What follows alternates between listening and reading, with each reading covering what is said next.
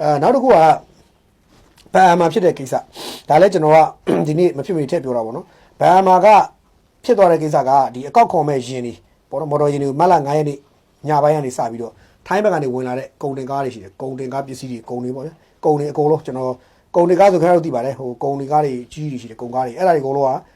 စီး900တချို့ကအစီး300ကျော်400လောက်ရှိလို့ပြောတယ်တချို့က900လို့ပြောတယ်ဒါပေမဲ့အစီး300နဲ့900ကြားလို့ပဲကျွန်တော်ကြားချပြောဘာလို့အစီးရေအတွက်ကိုဘယ်သူမှအတိအကျပြောနိုင်ဘူးဘယ်သူမှအတိအကျပြောတိုင်းစစ်ထနာကျော်ကတိုင်းမှုတွေလူတိုင်းမှုနဲ့ဖမ်းတဲ့လူတွေလွယ်ကျန်းလူကကျွန်တော်တို့သတင်းသမားတွေအတိအကျမသိနိုင်တော့ဘူးတချို့ကရေးမယ်ဗျာ350တချို့က400တချို့က900ကြိုက်သလိုရေးကြလိမ့်မယ်ဒါသူတို့ကြားတာကိုသူတို့ရေးမှာဘာလို့အစီးရေလိုက်ရေးတွက်ထားတာမဟုတ်ကြဘူးဆိုတော့အစီးက300ကျော်နဲ့900ကြားပါနော်300နဲ့900ကြားအဲ့စီဟို9ရက်နေ့ကစပြီးထိုင်းနိုင်ငံဘက်ကတိုးလာတဲ့ကုန်ကားတွေအကုန်လုံးကိုဒူတိုင်းမှုဦးစီးပြီးတော့ဖမ်းလိုက်တယ်ဖမ်းလိုက်တော့ဘာဖြစ်လဲဆိုတော့ဦးစီးဖမ်းလိုက်တော့အဲ့ကားတွေအကုန်လုံးကဝတ်တောက်ကားတွေဟုတ်မဟုတ်ပြီးတော့ပစ္စည်းတွေကဝတ်တောက်ဟုတ်မဟုတ်အဲ့ဒါအကုန်လုံးတွဲဆက်တာ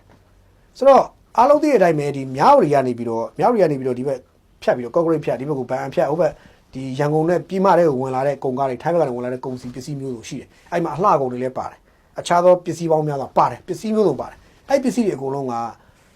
ရှင်းပြရင်တော့အခွန်လဲဆောင်မထားဘူးလိုင်စင်လည်းယူမထားဘဲနဲ့တရားဝင်မှောင်ခိုပုံစံမျိုးစုံနဲ့သွင်းလာတဲ့ပစ္စည်းတွေအများကြီးအဲ့ဒီလမ်းကြောင်းကြီးတစ်လျှောက်မှာတရားမဝင်ပစ္စည်းဆိုတာနဲတာမဟုတ်ဘူးဖြတ်နေတာကျွန်တော်တို့အချိန်ပြောခဲ့ရတယ်အခုမှတူတိုင်မှုဆောင်မျိုးအုံတိုင်းဖုံးခွန်းဆိုဖမ်းလိုက်တာတော်တော်ကောင်းတယ်ဒါပေမဲ့တခုတော့ရှိရပါဗျာအုံတိုင်းဖုံးခွန်းဖမ်းပြီးတော့ခဏလဲကြာအောင်ဟိုလူနဲ့ပတ်သက်လို့ဒီလိုပဲလို့ပြန်လွတ်ပေးလိုက်ပါသည်ဆိုရင်တော့ကျွန်တော်တို့ကလည်းဘာပြောမလဲဟဲလို့ပဲပြောမှာပေါ့နော်အဲ့လိုပဲရီပါဘာလို့ကျွန်တော်ရီပဲရီနိုင်တယ်လေပဲရီလို့မရီလို့ကျွန်တော်ကမားတယ်မနဲ့ထားပြောနေတိုင်းကိုပါနေတိုင်းနဲ့ဟောဖြစ်နေဘူးအဲ့တော့အဲ့လိုများခဏလေးနဲ့ဖမ်းပြီးတော့ဘသူနဲ့ပတ်သက်လို့ဟိုဟာနဲ့ပတ်သက်လို့ဒီလူနဲ့ပိုင်လို့ဟိုလူနဲ့ပိုင်လို့ဟိုလိုပေးလိုက်လို့ဒီလိုပေးလိုက်လို့ပြန်ပြီးတော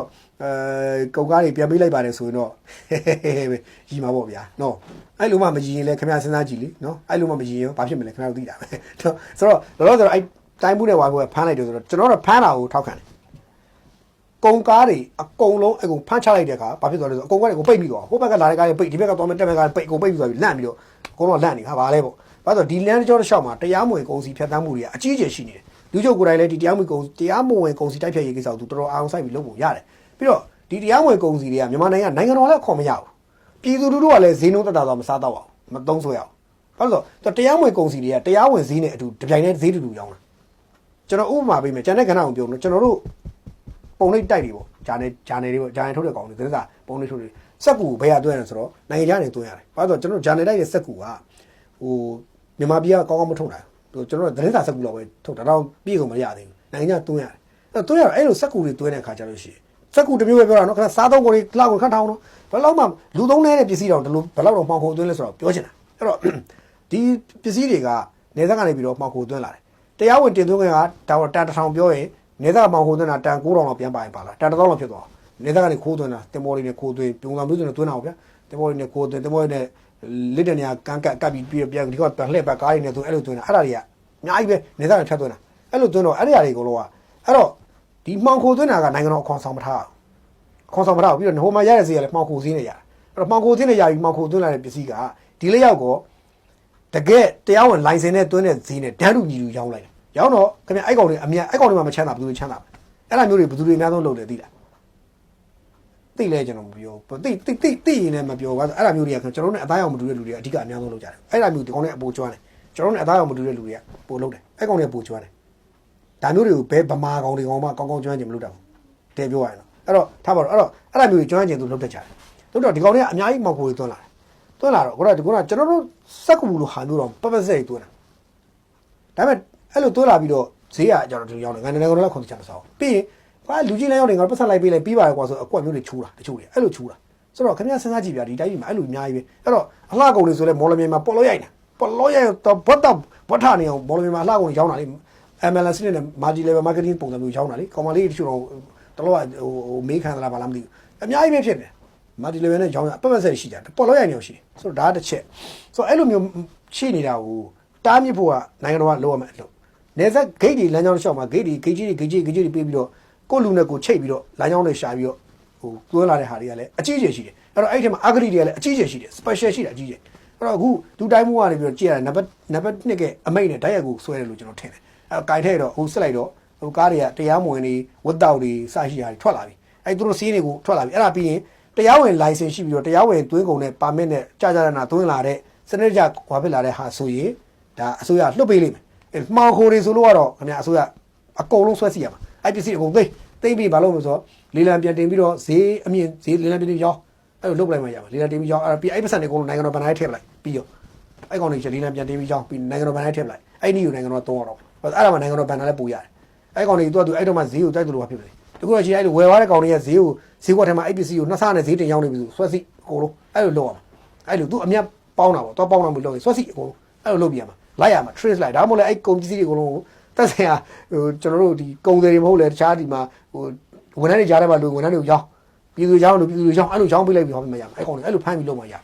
နောက်တစ်ခုကအဲ့လိုဖမ်းတာနဲ့ပတ်သက်လို့လူတိုင်းမှုနဲ့ပတ်သက်လို့ဖွဲ့ရဖမ်းတာဝမ်းသာပါတယ်တကယ်ကောင်းတယ်ရှင်းပြောရင်တော့အဲ့ဒီမှာအဂတိတွေလည်းရအောင်ဖော်ထုတ်ဖို့လည်းလိုတယ်ပြီးတော့ကုန်ကားသမားတွေကတော့ကုန်ကားကားမောင်းတဲ့ကောင်တွေကတော့သူတို့ကတော့အကုန်လုံးလှန့်ဖြန့်ကုန်ပါပဲဒါပေမဲ့တရားဝင်သေချာမောင်းရင်ခင်ဗျားတို့ဘာမှဖြစ်ပါဘူးပြီးတော့ခင်ဗျားတို့ကကုန်ပစ္စည်းတရားမဝင်ကိုကသွင်းတာမဟုတ်ဘဲနဲ့ကိုကမောင်းပေးတဲ့အပြစ်သားရှိမှာပါသွင်းတာမဟုတ်တဲ့အတွက်မောင်းပေးတဲ့အပြစ်ပဲခင်ဗျားတို့ခံရမှာအဲ့တော့နောက်တစ်ခုကဒီသွင်းတဲ့လူတွေရဲ့မူရင်းကြောရိုးတွေဒီပါဒူတိုင်းမှုဥဆောင်တဲ့ဖွဲ့ဆက်လိုက်ဖို့လိုတယ်ဒီပစ္စည်းကိုဘယ်ကောင်သွင်းတာလဲဘယ်ကုမ္ပဏီကလဲကုမ္ပဏီ A လား B လား C လား D လားအဲ့ကောင်တွေထိရေဆုံးမြေဆုံးလိုက်ရမှာရေဆုံးလိုက်ပြီးအဲ့ကုမ္ပဏီအထိပါ notice စာပို့ပြီးတော့လာမင်းတို့ကုမ္ပဏီလာရှင်းမင်းကုန်ကားဟိုကဘန်နစီလာမင်းရှင်း